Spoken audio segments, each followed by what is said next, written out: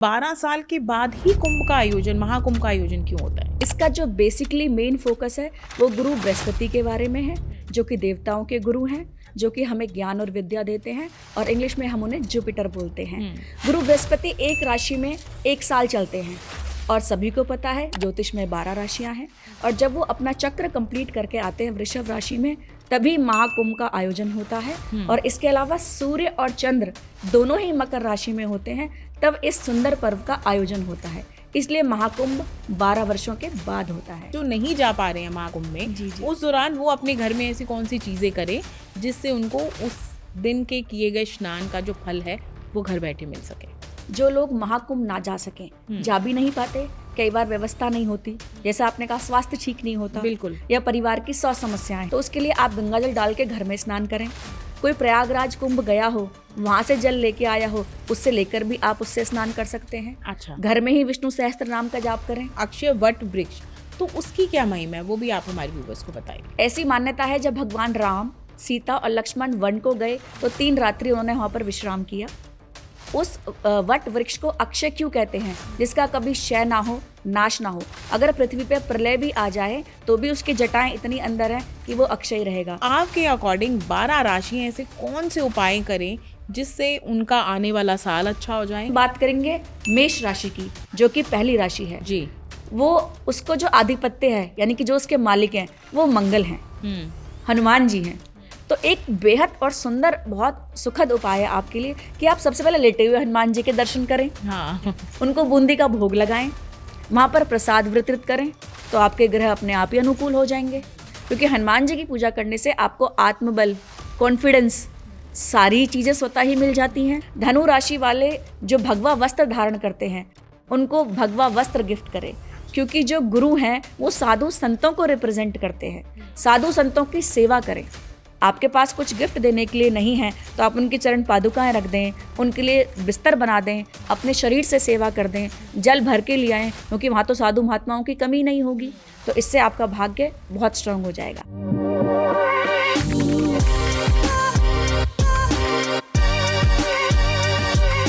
Hello दोस्तों, आप सभी का स्वागत है हमारे आज के इस पॉडकास्ट में। आज का पॉडकास्ट होने वाला है बड़ा ही खास, क्योंकि आप सभी की जानकारी के लिए सबसे पहले तो मैं आपको बता दूं कि 13 जनवरी से लेकर महाशिवरात्रि अप्रॉक्सीमेटली 26-27 फरवरी तक जो है महाकुंभ का आयोजन हो रहा है। तीर्थराज प्रयागराज में महाकुंभ का आयोजन हो रहा है, जो कि बहुत ही बड़ा उत्सव है लोगों को आनंद प्राप्ति का। और कहीं ना कहीं जो हमारे मन में हमें लगता है कि बहुत सारी भ्रम है, या बहुत सारे हमें लगता है कि कुछ ना जाने अनजाने में हमसे कुछ गलत चीज़ें हो गई हैं, तो ये कुंभ महापर्व जो आ रहा है ये बहुत बड़ा आयोजन है इन सभी जो आपके मन में भ्रांतियां हैं उनसे मुक्ति पाने का। लेकिन महाकुंभ के दौरान कौन सी ऐसी चीज़ें हैं जिसको करने से आपका जीवन बदल सकता है? महाकुंभ का आयोजन अक्सर हमने सुना है कि 12 साल के अंतराल में ही होता है। वैसे तो 6 साल के बाद भी कुंभ का आयोजन होता है, लेकिन उसको हम कुंभ बोलते हैं, महाकुंभ नहीं बोलते, और उसको अर्ध कुंभ भी बोला जाता है। इन्हीं सभी बातों के ऊपर चर्चा करने के लिए आज हमारे इस पॉडकास्ट में स्पेशली हमने इन्वाइट किया है ज्योतिषाचार्य मंजू जी को, जो कि बहुत टाइम से इस लाइन में हैं, एस्ट्रोलॉजी की लाइन में हैं, और बहुत सारे लोगों का वो भला कर चुकी हैं अपने उपायों से, अपनी विद्या से। लेकिन आज हमने अपने इस पॉडकास्ट में उनको इनवाइट किया है स्पेशली कुंभ के ऊपर बातचीत करने के लिए, और साथ ही साथ हम अपने इस पॉडकास्ट में आपको ये भी बताएंगे कि इस कुंभ का जो पीरियड, महाकुंभ का जो 45-46 डेज का जो पीरियड है, इस दौरान कौन से ऐसे उपाय राशियों को वो देंगी जिसको करने से उनके जीवन में जो है वो एक चमत्कार होगा। तो देर ना करते हुए चलिए मिलते हैं मंजू जी से। मंजू जी, आपका बहुत बहुत स्वागत है हमारे इस पॉडकास्ट में। धन्यवाद वंदिता जी। हरे कृष्णा दोस्तों, मैं ज्योतिष आचार्य मंजू शर्मा आप सबका स्वागत करती हूँ, और मुझे ये बताते हुए बहुत प्रसन्नता हो रही है कि आज हम प्रयागराज के ऊपर बात करेंगे जी, कैसे वहाँ पर 12 वर्षों में कुंभ लगता है। जी। तो मंजू जी, जैसे कि अभी मैंने अपने व्यूअर से बात की कि महाकुंभ का जो पर्व है वो 12 साल के बाद आयोजन होता है। तो कभी नासिक में, कभी उज्जैन में, कभी प्रयागराज में, तो कुछ जगह हरिद्वार में। तो 6 साल बाद जो होता है वो अर्धकुंभ होता है। लेकिन आप आज सबसे पहले हमारे व्यूवर्स को ये बताओ कि 12 साल के बाद ही कुंभ का आयोजन, महाकुंभ का आयोजन क्यों होता है? जी, आपने बहुत सुंदर प्रश्न किया कि 12 साल में ही क्यों होता है। इसका जो बेसिकली मेन फोकस है वो गुरु बृहस्पति के बारे में है, जो कि देवताओं के गुरु हैं, जो कि हमें ज्ञान और विद्या देते हैं, और इंग्लिश में हम उन्हें जुपिटर बोलते हैं। गुरु बृहस्पति एक राशि में 1 साल चलते हैं, और सभी को पता है ज्योतिष में 12 राशियां हैं, और जब वो अपना चक्र कंप्लीट करके आते हैं वृषभ राशि में, तभी महाकुंभ का आयोजन होता है। और इसके अलावा सूर्य और चंद्र दोनों ही मकर राशि में होते हैं, तब इस सुंदर पर्व का आयोजन होता है। इसलिए महाकुंभ 12 वर्षों के बाद होता है। जी, तो जैसे कि आपने अभी बताया कि इस वजह से 12 वर्षों के बाद जो है वो महाकुंभ का आयोजन होता है। तो प्रयागराज में इस बार जो महाकुंभ का आयोजन हो रहा है, तो पहले तो मैं ये जानना चाहूँगी कि जो लोग वहाँ पे नहीं कुंभ में स्नान करने के लिए जा पा रहे हैं, या किसी वजह से स्वास्थ्य ठीक नहीं है, या बच्चे छोटे हैं घर में, तो उनके लिए पहले तो आप बताओ, फिर मैं आपसे जानूंगी महाकुंभ की स्टोरी कि महाकुंभ का आयोजन होता क्या। पहले तो आप मुझे ये बताओ कि जो नहीं जा पा रहे हैं महाकुंभ में, जी। उस दौरान वो अपने घर में ऐसी कौन सी चीज़ें करें जिससे उनको उस दिन के किए गए स्नान का जो फल है वो घर बैठे मिल सके। जो लोग महाकुंभ ना जा सकें, जा भी नहीं पाते, कई बार व्यवस्था नहीं होती, जैसा आपने कहा स्वास्थ्य ठीक नहीं होता, बिल्कुल, या परिवार की 100 समस्याएं हैं, गृहस्थियों के लिए तो रहती ही रहती हैं, तो उसके लिए आप गंगाजल डाल के घर में स्नान करें। कोई प्रयागराज कुंभ गया हो, वहां से जल लेके आया हो, उससे लेकर भी आप उससे स्नान कर सकते हैं। अच्छा, घर में ही विष्णु सहस्त्र नाम का जाप करें, भगवान के मंत्रों का जाप करें, अपने गुरु मंत्र का जाप करें जी। इसके अलावा निर्मल मन से प्रभु को याद करें, क्योंकि गोस्वामी जी खुद ही कह रहे हैं, निर्मल मन जन सोई मोई पावा, मोह कपट छल छिद्र न भावा। तो अगर आप मन से उनको वहीं से याद कर लेंगे तो गंगा जी वहीं आ जाएंगी। दूसरी बात, कोशिश तो बहुत करते हैं, नहीं जा पाते तो मन में संशय रहता है, अब क्या करूं क्या ना करूं, तो उसके लिए भी एक पंक्ति मैं आपको और सुना देती हूं कि गंगा बड़ी ना गोदावरी, ना तीर्थ बड़े प्रयाग, सकल तीर्थ का पुण्य वहीं जा हृदय राम का वास। तो आप अगर मन में वहीं राम का वास करके अपने हृदय से पुकारेंगे तो सभी चीजें सुलभ हैं, क्योंकि तो आपको पता ही है, कलयुग केवल नाम आधारा, सुमिर सुमिर नर उतर ही पारा। और जब आप मन से किसी चीज को करते हैं तो आपने भी सुना होगा, मन चंगा तो कटौते में गंगा। गंगा जी स्वयं ही आपके पास आ जाएंगी। तो जो ना जा पा रहे हो वो परेशान ना हो, वो इन विधियों को करके, पूजा पाठ को करके, या आसपास उनके पास जो भी है, गंगा जी हैं, शिप्रा जी हैं, गोदावरी हैं, अगर वहाँ भी स्नान कर लें, नदी किनारे दीपदान कर लें, तो आपको वही फल प्राप्त होगा। जी, तो मंजू जी, अब मैं आपसे जानना चाहूँगी महाकुंभ की एक स्टोरी। महाकुंभ का आयोजन हो रहा है, हर लोग वहाँ पे स्नान करना जाना चाहते हैं, लेकिन महाकुंभ का आयोजन 12 साल के बाद आपने बताया कि क्यों होता है, लेकिन ये जो आयोजन है इसके पीछे भी एक कहानी है, तो वो कहानी आज आप हमारे दर्शकों को बताइए। जी, कहानी बड़ी रोचक है। जो भी हम कहानी बताएंगे आपको शास्त्रोक्त बताएंगे। कहानी यह है कि देवताओं और राक्षसों के बीच, दानवों के बीच समुद्र मंथन हुआ। समुद्र मंथन के दौरान 14 रत्न समुद्र से निकले। सबसे पहले हलाहल विष निकला, जिसे भगवान शंकर ने पान किया और वो नीलकंठ बन गए।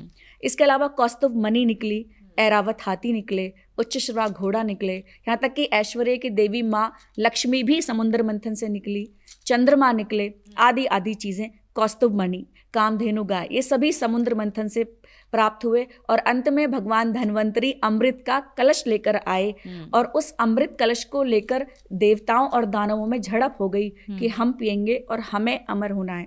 इंद्र के पुत्र जयंत, जो कि भागने में बहुत तेज थे, तो इंद्र ने उन्हें इशारा किया कि अमृत कलश लेके तुम भाग जाओ, जिससे इसे देवता पी सके और दानव ना ले सके। और जब वो उसे लेकर भागने लगे, इस दौरान एक ये भी चीज आती है कि अमृत कलश के लिए गुरु बृहस्पति ने, सूर्य ने और चंद्रमा ने बड़ी मदद करी।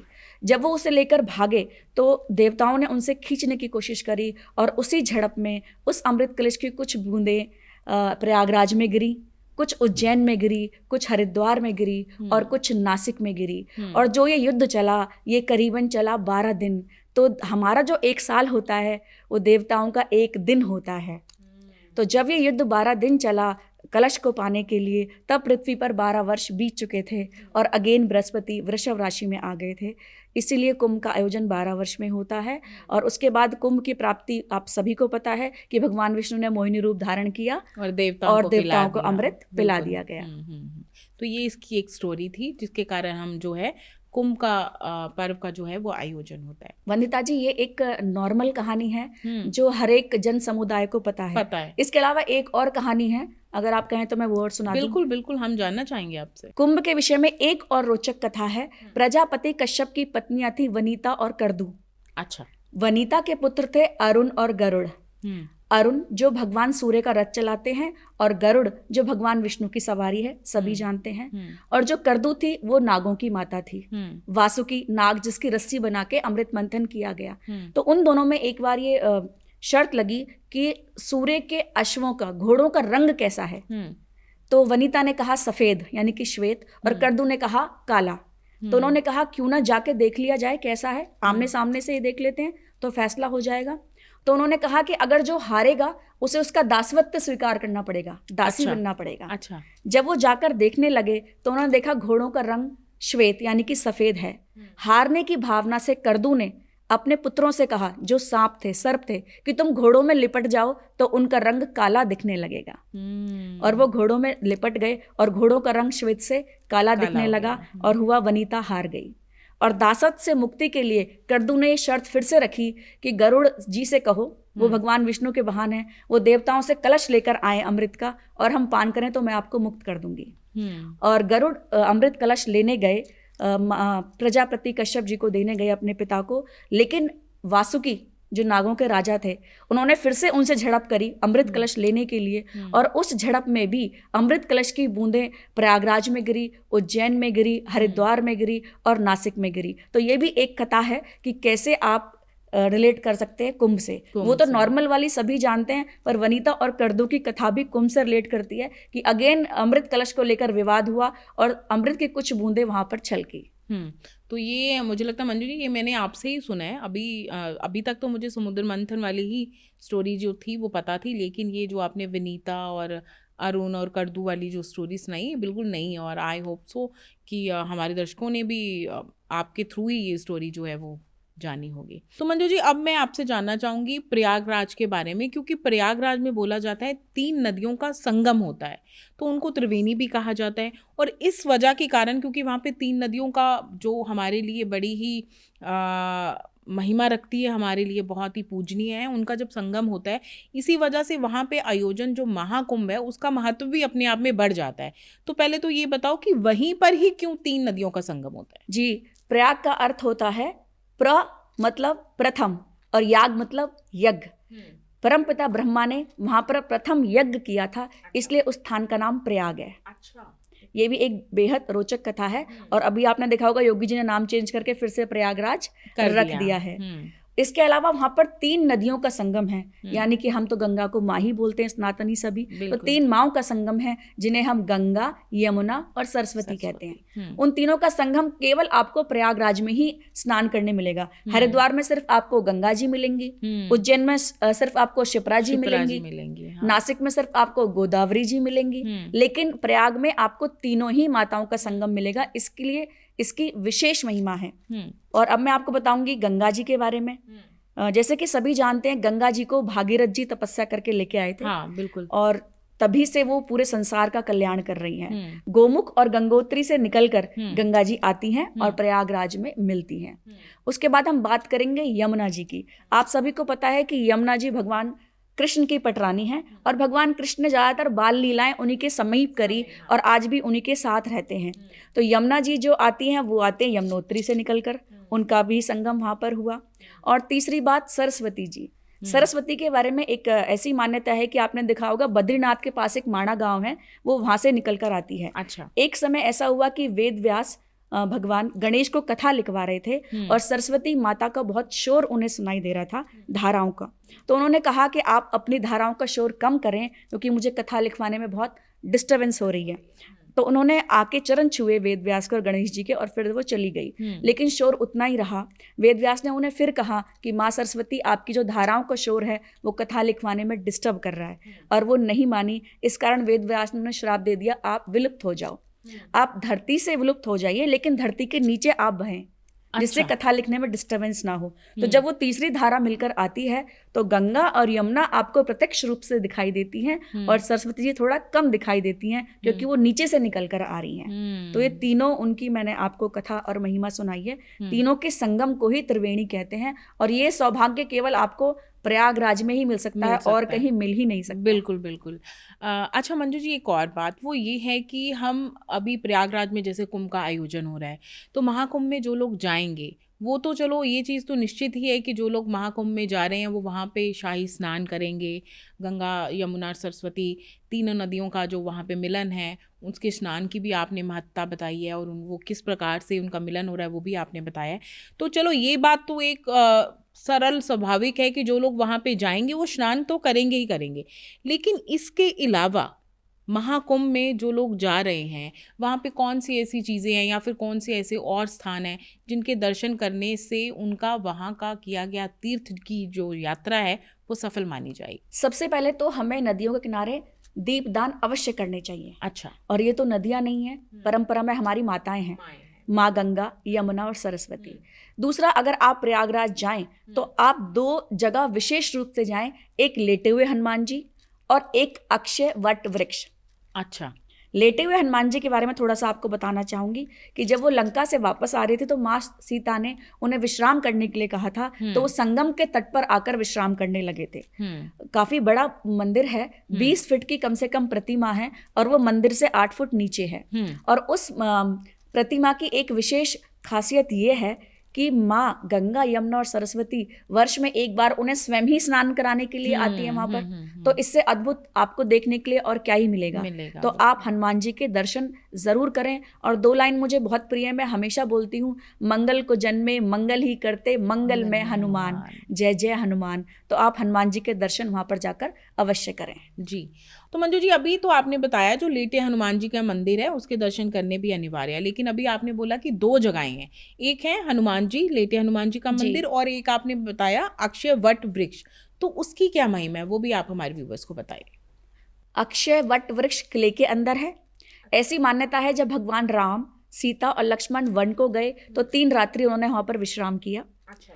उस वट वृक्ष को अक्षय क्यों कहते हैं? जिसका कभी क्षय ना हो, नाश ना हो। अगर पृथ्वी पे प्रलय भी आ जाए तो भी उसकी जटाएं इतनी अंदर है कि वो अक्षय रहेगा। इसके अलावा हमारे देश में और भी वट वृक्ष बहुत सिद्ध हुए, जैसे कि वृंदावन में वंशी वट, नासिक में पंचवटी वट जहाँ माँ सीता रहती थी, और गया में बोध वट जहाँ भगवान बोध को ज्ञान हुआ।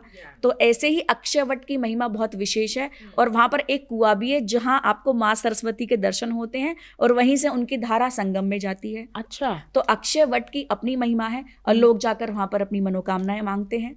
उसी के नीचे ब्रह्मा जी ने यज्ञ किया, भगवान शिव ने माता सती को कथा सुनाई, ये भी कहीं एक विशेष आपको मिलने में आता है, हमने जो उल्लेख पढ़ा। तो इस वृक्ष की अपने आप में महिमा है, तो आप इसके दर्शन अवश्य करें, जो कि बहुत ही सुखदायी है। तो जो लोग महाकुंभ में जा रहे हैं, स्नान करने जा रहे हैं, तो अभी मंजू जी ने बताया कि वो लोग वहाँ पे लेटे हनुमान मंदिर और साथ ही साथ अक्षय वट वृक्ष उसके दर्शन करने भी ना भूलें, क्योंकि ये अपने आप में बड़े ही सिद्ध स्थान माने गए हैं। अच्छा मंजू जी, एक और चीज़ जो है वो मैं आपसे जानना चाहूँगी, वो है नागा बाबाओं के बारे में। जो नागा साधुओं के दर्शन है वो हमें महाकुंभ पर्व का जब आयोजन होता है तभी हमें उनके दर्शन होते हैं। तो बेसिकली तो हमें यही सुनना है आज तक या फिर यही पढ़ा है कि जितने भी नागा साधु हैं, क्योंकि महापर्व जब कुंभ का आयोजन होता है तो वहाँ पे वो लाखों की गिनती में जो है वो होते हैं, क्योंकि 2012 और 13 में ये प्रयागराज में कुंभ महापर्व का आयोजन हुआ। तो उस समय मुझे भगवान की कृपा से वहाँ जाने का जो है वो सौभाग्य प्राप्त हुआ था।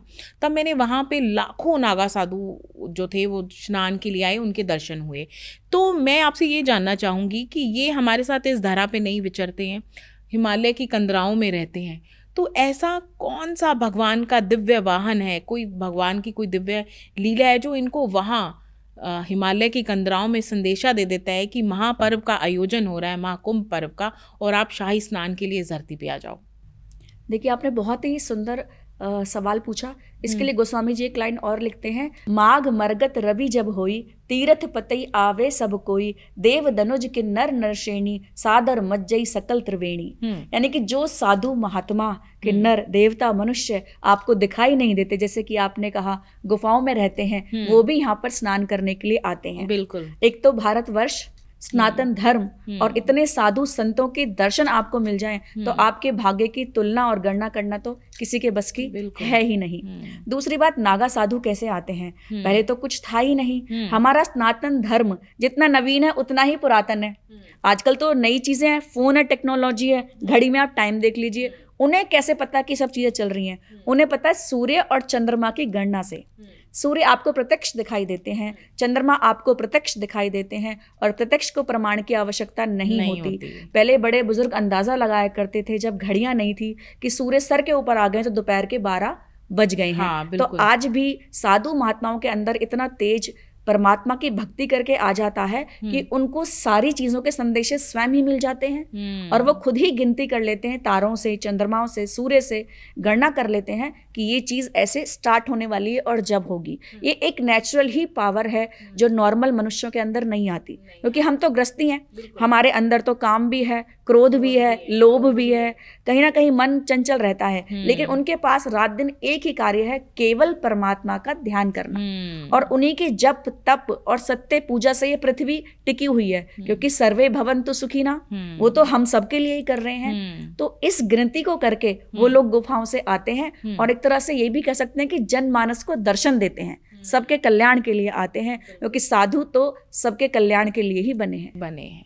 अच्छा मंजू जी, अभी क्योंकि कुंभ के ऊपर हम बातचीत कर रहे हैं, तो मैं जानना चाहूँगी हमारी जो 12 राशियाँ हैं, तो इस कुंभ महापर्व के दौरान जो 45 डेज या 46 दिन का जो कुंभ पर्व है, क्योंकि 13 जनवरी से लेके फरवरी एंड तक जो है ये पड़ेगा, तो इस टाइम के दौरान राशियों का भविष्य भी बदलेगा, बहुत सारा नया साल भी आने वाला है, और दूसरा नंबर ये है कि कुछ लोग वहाँ पे जा पाएंगे, कुछ लोग नहीं जा पाएंगे। तो आपके अकॉर्डिंग 12 राशियाँ ऐसे कौन से उपाय करें जिससे उनका आने वाला साल अच्छा हो जाए? और सेकंड थिंग इज़ कि जो कुंभ महापर्व का आयोजन हो रहा है, तो ये भी उनके लिए उनके भाग्य में जो तब्दीली लाने का कार्य करे। देखिए, आपको पूजा और दान अवश्य करनी चाहिए जी, इसमें किसी चीज की आवश्यकता नहीं है। दान दिए धन ना घटे, कह गए दास कबीर। हमेशा दान करना चाहिए, और दान मैं हमेशा कहती हूँ अपने हर पॉडकास्ट में, सामर्थ्य के अनुसार, यथा योग्य, बिल्कुल। और जैसे कि आपने राशियों की बात करी, हमारी 12 राशियां हैं, तो मैं आपको बताना चाहूंगी, तो हम सभी के लिए बता देते हैं कि उन्हें क्या करना चाहिए। सबसे पहले हम बात करेंगे मेष राशि की, जो कि पहली राशि है जी। वो उसको जो आधिपत्य है, यानी कि जो उसके मालिक हैं, वो मंगल हैं, हनुमान जी हैं। तो एक बेहद और सुंदर, बहुत सुखद उपाय है आपके लिए कि आप सबसे पहले लेटे हुए हनुमान जी के दर्शन करें, उनको बूंदी का भोग लगाएं, वहां पर प्रसाद वितरित करें, तो आपके ग्रह अपने आप ही अनुकूल हो जाएंगे। क्योंकि हनुमान जी की पूजा करने से आपको आत्मबल, कॉन्फिडेंस, सारी चीजें स्वतः ही मिल जाती हैं। क्योंकि हनुमान जी वैसे भी बोला जाता है कि वही ना, संकट कटे मिटे सब पीड़ा, जो सिमरे हनुमत बलवीरा। और सबसे बड़ी बात है वो चिरंजीवी हैं, आज भी पृथ्वी पर हैं। तो इसीलिए सबसे पहले मेष राशि वाले जातक हनुमान जी के दर्शन करें, उन्हें बूंदी का प्रसाद चढ़ाएं, और बूंदी का प्रसाद लोगों में वितरित करें, जनेऊ चढ़ाएं, उन्हें जनेऊ बहुत प्रिय है। तो इन सभी चीज़ों को करने से आपके जो नए साल में बहुत ज़्यादा चीज़ें अच्छी होंगी और नई नौकरी के योग भी बनेंगे। तो हनुमान चालीसा का पाठ करें और जॉब इंटरव्यू के लिए ज़रूर जाएं। जी, अब बात करते हैं दूसरी राशि। जी, दूसरी राशि होती है वृषभ की। इन पर शुक्र का आधिपत्य है। आपको वहां पर बहुत सारे लोग मिल जाएंगे, साधु मिल जाएंगे, वहां पर आप उन्हें मिश्री का दान करें। कुछ साधु भगवा रंग पहनते हैं, कुछ सफेद पहनते हैं, सफेद वस्त्रों का दान करें। अच्छा, तो ये बहुत ही सुखद उपाय है कि आप वहां पर जाकर सफेद वस्तुओं का दान करें, खीर का भंडारा करें, तो इससे आपके सभी कार्य स्वतः ही सुलभ हो जाएंगे। और अगर आप संगम के तट पर इन चीजों को करते हैं, तो उसकी तीर्थ में जाकर अगर आप कोई भी दान पुण्य करते हैं, तो वो डबल हो जाती है। बिल्कुल बिल्कुल, ये तो शास्त्रों में भी वर्णित है। और तीसरी राशि है मिथुन, जो कि बुध की राशि है। मिथुन राशि वाले क्या होते हैं? बुध हमें क्या देता है? वाणी, बुद्धि। आप बात कैसे कर रहे हैं? तो आपने देखा कथावाचक कितनी सुंदर कथा सुनाते हैं। कई बार हम भी सुनते कि भाई इनकी कथा में बड़ा आनंद आया, वाणी बड़ी मधुर थी, तो हमें सुनने में बहुत अच्छा लगता है। तो अगर आपको कोई कथावाचक मिल जाए, तो आप उसको वहाँ सौंफ और इलायची का दान करें, तो आपके सारे कार्य बन जाएंगे और व्यापार में वृद्धि होगी। उपाय बहुत छोटे हैं, बट रिजल्ट बहुत ज्यादा है। जी, अब हम बात करते हैं चौथी राशि की, जो कि है कर्क राशि। कर्क राशि। जी, कर्क राशि के स्वामी जो है चंद्रमा है। चंद्रमा क्या है? हमारे मन के कारक है। अब मन कहाँ है? अभी मैं कह रही हूँ मैं प्रयागराज पहुंच गई, तो पहुंच ही गई।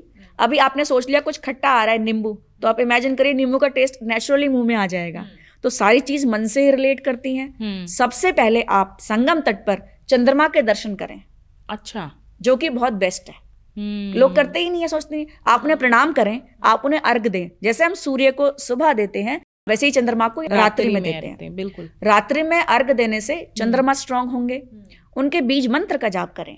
अब लोग बीज मंत्र नहीं बोल पाते क्योंकि संस्कृत बहुत स्ट्रांग नहीं है। तो चंद्रमा के जो मुख्य देवता हैं वो भगवान शिव हैं, क्योंकि उन्होंने उन्हें अपने मस्तक पर धारण किया। तो आप चंद्रमा के दर्शन करके ओम नमः शिवाय का जाप करें, सफेद वस्तुओं का दान करें, कहीं चाय की सेवा हो रही हो तो वहां दूध दान कर दें, चीनी दान कर दें, तो स्वतः ही आपके चंद्रमा स्ट्रांग हो जाएंगे। अब हम बात करते हैं 5वीं राशि के बारे में, जो कि है सिंह राशि। सिंह राशि के जातकों पर विशेष रूप से भगवान की कृपा रहती है और ये साल उनके लिए 50-50 रहने वाला है। अच्छा। जैसे आप मेहनत करेंगे वैसे आपको रिजल्ट मिल जाएंगे, लेकिन बिजनेस और व्यापार काफी अच्छा होगा। सिंह राशि के जो स्वामी हैं वो सूर्य हैं, और जो सूर्य हैं, सूर्य के दर्शन पहले तो आप वहीं पर करें, गंगा जी के किनारे करें, प्रयागराज में करें, सूर्य को अर्घ दें। इसके अलावा सूर्य को अर्घ देने के अलावा आप उनके बीज मंत्र का जाप करें, वहीं पर उनकी प्रदक्षिणा करें, ओम घृणाय नमः। सूर्य क्योंकि प्रदक्षिणा करते हैं, गोल गोल घूमते हैं। इसके अलावा आप लाल फलों का दान करें, आप एप्पल दान करें, आप अनार दान करें, गुड़ का दान करें।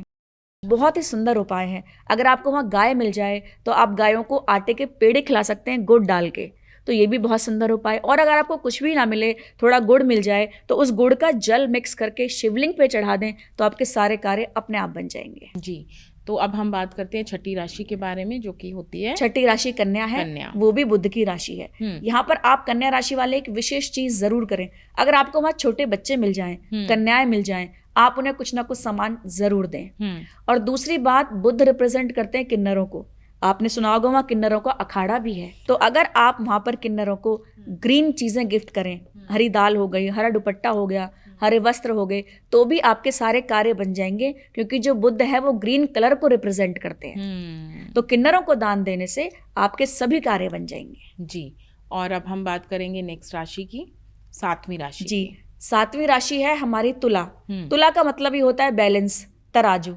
तो 7वीं राशि बहुत अच्छी रहने वाली है सभी को। और अगर आप कुंभ में स्नान कर रहे हैं तो ये बहुत ही उत्तम है आप सबके लिए। तो वहां पर आप सफेद चीजों का दान करें। देखिए बेसिकली क्या है, भंडारा हो रहा है, आप कुछ भी नहीं कर सकते, तो एटलीस्ट नमक तो दान कर सकते हैं, चीनी दान वो तो बहुत छोटी चीज है।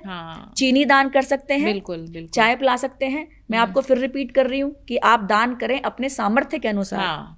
दान की तो कोई लिमिट ही नहीं है। लोग बोरियां भी दान करते हैं चीनी की, लोग आटा भी दान कर रहे हैं, तो आप इसके अकॉर्डिंग। और अगर आपको वहां पर कोई अपंग, लंगड़ा, लूला, अंधा मिल जाए तो आप उसकी हेल्प जरूर करें, उसको भोजन कराएं, उसको रास्ता क्रॉस कराएं, उसको वस्त्र दें, कंबल उड़ाएं, तो सारे कार्य आपके बनने शुरू हो जाएंगे।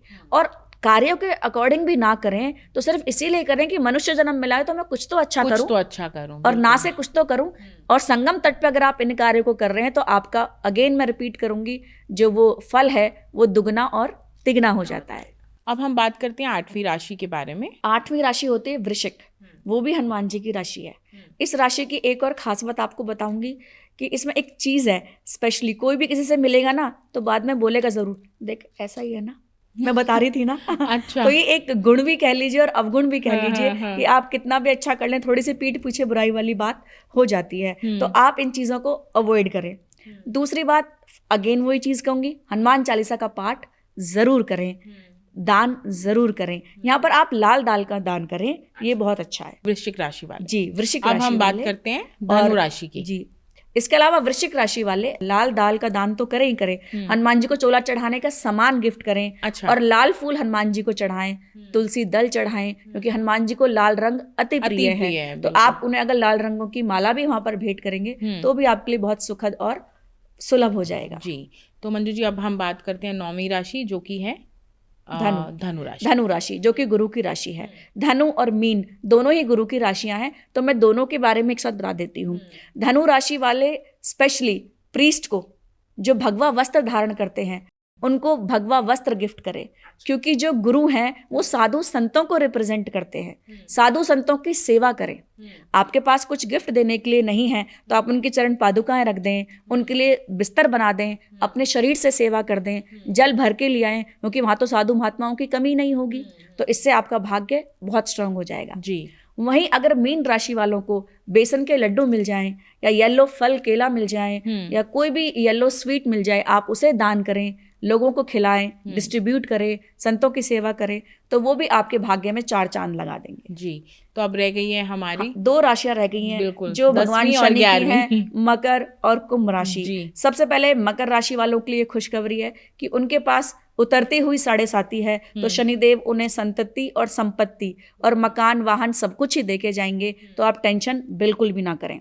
दोनों ही राशियों के जातक एक उपाय विशेष करें, ओम नमः शिवाय का जाप करें। वो क्यों करें? क्योंकि जो भगवान शनि हैं वो भगवान शिव के शिष्य हैं, तो अगर आप उनके गुरु की आराधना करते हैं तो कहीं ना कहीं आपको सारे रिजल्ट मिल जाएंगे। इसके अलावा कुंभ राशि वाले काले रसगुल्लों का दान करें, अच्छा, जो कि बेहद उत्तम है। अगर आप संगम तट पर किसी को काले रसगुल्ले खिलाएं तो आपके सारे कार्य बन जाएंगे। काले रसगुल्ले खिलाने के अलावा आप हनुमान चालीसा का भी पाठ कर सकते हैं, क्योंकि आपको पता है शनि की 7.5 में बहुत फलदायी होती है। सरसों के तेल का दीपक जलाएं, और कुछ भी ना कर सके तो सरसों का तेल मस्तक पर चंदन की तरह लगाएं, अच्छा, तो भी आपको 7.5 के जो अशुभ फल हैं वो नहीं मिलेंगे और आपको पॉजिटिव चीजें ही मिलेंगी। तो क्या ये दान हमें दूसरों को देना है, या फिर कई बार क्या होता है कि हम अपने घर में कोई चीज़ लेके आए, घर में अगर हमारे किसी की बेटी शादीशुदा है तो उनको लगता है कि चलो अगर मुझे किसी एस्ट्रोलॉजर ने बोला है कि 1 किलो रसगुल्ले आज दान करने हैं काले रंग के, तो मैं अपनी बेटी को दे देता हूँ कि वो अपने घर ले जाएगी क्योंकि उसकी शादी हो गई है। तो वो दान हमें किसी तीसरे व्यक्ति को करना है या हम अपने घर में छोटे बच्चे या बड़े किसी को भी दे सकते हैं? दान बेसिकली दूसरों के लिए होता है, अपने लिए कभी भी नहीं होता। अब मान लीजिए शनि की दशा है, केतु की दशा है, तो हम बोलते हैं डॉग्स को फीड कराओ। हाँ। लोग कहते हैं डॉग तो घर में ही है, घर के डॉग को फीड नहीं कराना, अच्छा, आपको स्ट्रीट डॉग्स को फीड कराना है। सेम वैसे ही अगर आप दान दे रहे हैं तो आप अपने बच्चों को दें, वो एक अलग चीज हो गया। लेकिन जो बाहर हैं, अनाथ आलय खुले हुए हैं, जो स्ट्रीट्स पे हैं, जो नीडी हैं, जिनके पास कंबल नहीं है, जिनके पास पुस्तकें नहीं है, वो कैपेबल तो है पढ़ने के लिए बट पेन पेपर नहीं है। अपने बच्चों के लिए तो मैं और आप सब कुछ कर ही रहे हैं, परमात्मा ने हमें सब समर्थ बनाया है। दान उनके लिए है। मैं सभी को बोलना चाहूंगी ऑल इंडिया में जिनको नीड है, प्लीज आप उन सब की हेल्प करें, उन्हें दान दें, चाहे भोजन का करें, चाहे वस्त्रों का करें, चाहे धन सामग्री का करें, चाहे भंडारे का करें, किसी भी रूप में करें, वरदान हमेशा दूसरे के लिए। अब बोलते हैं गऊओं की सेवा करनी है, गौ सेवा गोविंद सेवा। अब आपने अपने घर में गाय की सेवा तो कर दी और शाम को उसी का दूध पी लिया, तो वो तो बात वहीं की वहीं है। तो आप जो गौशाला में गाय हैं या जो बाहर गाय घूम रही हैं, उनकी सेवा करें, तब आपको पूर्ण रूप से पूर्ण फल मिलेगा। तो अभी आपने जैसे 12 राशियों के बारे में भी बताया, और कहीं ना कहीं सभी राशियों में एक कॉमन बात थी, वो थी हनुमान चालीसा, हनुमान जी की आराधना, उनका पाठ पूजा। मतलब कहीं ना कहीं हनुमान जी का कोई ना कोई उपाय किसी न किसी राशि के करने के लिए आपने बताया, और कहीं ना कहीं उनके भाग्य को वो चमका सकता है। और मैं ये कहना चाहूँगी हमारे व्यूअर्स को, क्योंकि जो हनुमान जी हैं वो राम भक्त हैं, और राम जी को भी हनुमान जी इसीलिए प्रिय हैं क्योंकि उन्होंने उनके कार्य जो है वो अच्छे से किए, उनके कार्य सवारे, रामचंद्र के कार्य सवारे। ये बात हनुमान चालीसा में आती है। तो हनुमान जी वैसे भी संकट मोचन है, तो अगर हम नॉर्मली भी, अगर रूटीन लाइफ में भी अगर हम हनुमान चालीसा का पाठ करते हैं तो निश्चित ही हमारे जीवन में जो समस्याएं हैं वो दूर हो जाएंगी। देखिए अभी हमारा विक्रम संवत चल रहा है 2081, हाँ जी, जिसके राजा मंगल हैं और मंत्री शनि है, तो इसलिए तो हनुमान चालीसा का पाठ करना बेहद शुभ है। आपने देखा एक्सीडेंट्स बहुत हो रहे हैं, दुर्घटनाएं बहुत हो रही हैं, खून बहुत निकल रहे हैं, आग बहुत लग रही है, सब किसके कारण? मंगल के कारण। और अंक शास्त्र के अकॉर्डिंग तो फिर मंगल का साल आने वाला है 2025। और अभी हमारा विक्रम संवत जो नया है वो तो अप्रैल मार्च में आता है, आपको पता है। अप्रैल, तो अभी 4-5 महीने आप सभी हनुमान जी की शरण में रहें, राम नाम का जाप करें, जो कि सबसे एक बहुत उत्तम चीज है। और नाम जप की महिमा इतनी है क्योंकि नवदा भक्ति में भगवान राम स्वयं ही कह रहे हैं कि मंत्र जाप मम दृढ़ विश्वासा, पंचम भक्ति सो वेद प्रकाशा। 9 भक्तियों में से 5वीं भक्ति आपको नाम जप की बताई गई है। तो अगर आप राम राम राम का जप कर लें तो भी आपके सारे कार्य अपने बन जाएंगे। और जरूरी नहीं है कि आप मंदिर में बैठकर ही करें, आप ऑफिस जा रहे हैं तो आप गाड़ी में करते हुए चले जाइए, आप अपने टेबल चेयर पे बैठ के कर लीजिए। आजकल बहुत भाग दौड़ भरी वाली जिंदगी है, लोगों के पास समय का अभाव है। आजकल तो डिजिटल मालाएं भी आ गई हैं, डिजिटल माला से आप जाप कर लीजिए, क्योंकि कहीं भी आप मेट्रो में जा रहे हैं तो भी आप कर लीजिए, बस में जा रहे हैं तो भी कर लीजिए। मतलब करने का आपका मन होना चाहिए, क्योंकि कोई आपके करना पास चाहे, बहुत खाली समय होता है। आप करना चाहें तो आप निश्चित करेंगे और रिजल्ट आपको पूरे मिलेंगे। क्या कभी ऐसा हुआ है कि भगवान की भक्ति बेकार गई हो? हमने और आपने सबने महसूस किया है। अगर हम आप उनकी शरण में हैं तो पूर्णतः मिलता ही मिलता है। तो हनुमान जी के साल में या मंगल के साल में जो राजा है हमारे, आपने देखा होगा प्रॉपर्टी के दाम कितने बढ़े, ऑटोमोबाइल्स में कितना उछाल आया। तो बहुत सीधी और सिंपल सी बात है कि आप उनकी शरण में जाएं, राम नाम का जाप करें। ये बहुत ही सरल उपाय हैं, लेकिन इनके रिजल्ट 100% आपको मिलते ही मिलते हैं। अच्छा, thank you so much Manju ji, आप हमारे इस पॉडकास्ट में आई। कुंभ के विषय में आपने इतनी अच्छी जानकारी हमारे दर्शकों को दी, और साथ ही साथ आपने कुछ उपाय भी बताए हैं। 12 राशियों को अगर वो करते हैं तो उनका जीवन में जो समस्याएं आ रही हैं वो दूर हो जाएंगी। और कुंभ के बारे में आपने बड़ी इंटरेस्टिंग 2 स्टोरीज भी जो है आज हमारे व्यूवर्स को बताई। Thank you so much. आप सभी का बहुत बहुत धन्यवाद कि आपने मुझे इतने प्रेम पूर्वक सुना, और आप सभी पॉडकास्ट ज़रूर देखिए। तो आज आपने मंजू जी से जाना कुंभ के विषय में, और साथ ही साथ कुछ 12 राशियों के उपाय भी उन्होंने आपको बताए। अगर आप उनको करते हैं और अगर आप इस महाकुंभ पर्व में जाकर स्नान करते हैं, दान पुण्य करते हैं, तो निश्चित ही आपकी समस्याएं खत्म हो जाएंगी। और मैं तो आपको ये बोलना चाहूँगी कि इस महा अवसर का जो लुत्फ़ है, इसका जो आनंद है, वो आप ज़रूर लें और ज़रूर महाकुंभ में जाएं और शाही स्नान का आनंद लें और भगवान की कृपा अवश्य प्राप्त करें। मिलेंगे अपने अगले पॉडकास्ट में किसी और नए एक्सपर्ट के साथ। तब तक के लिए बाय बाय।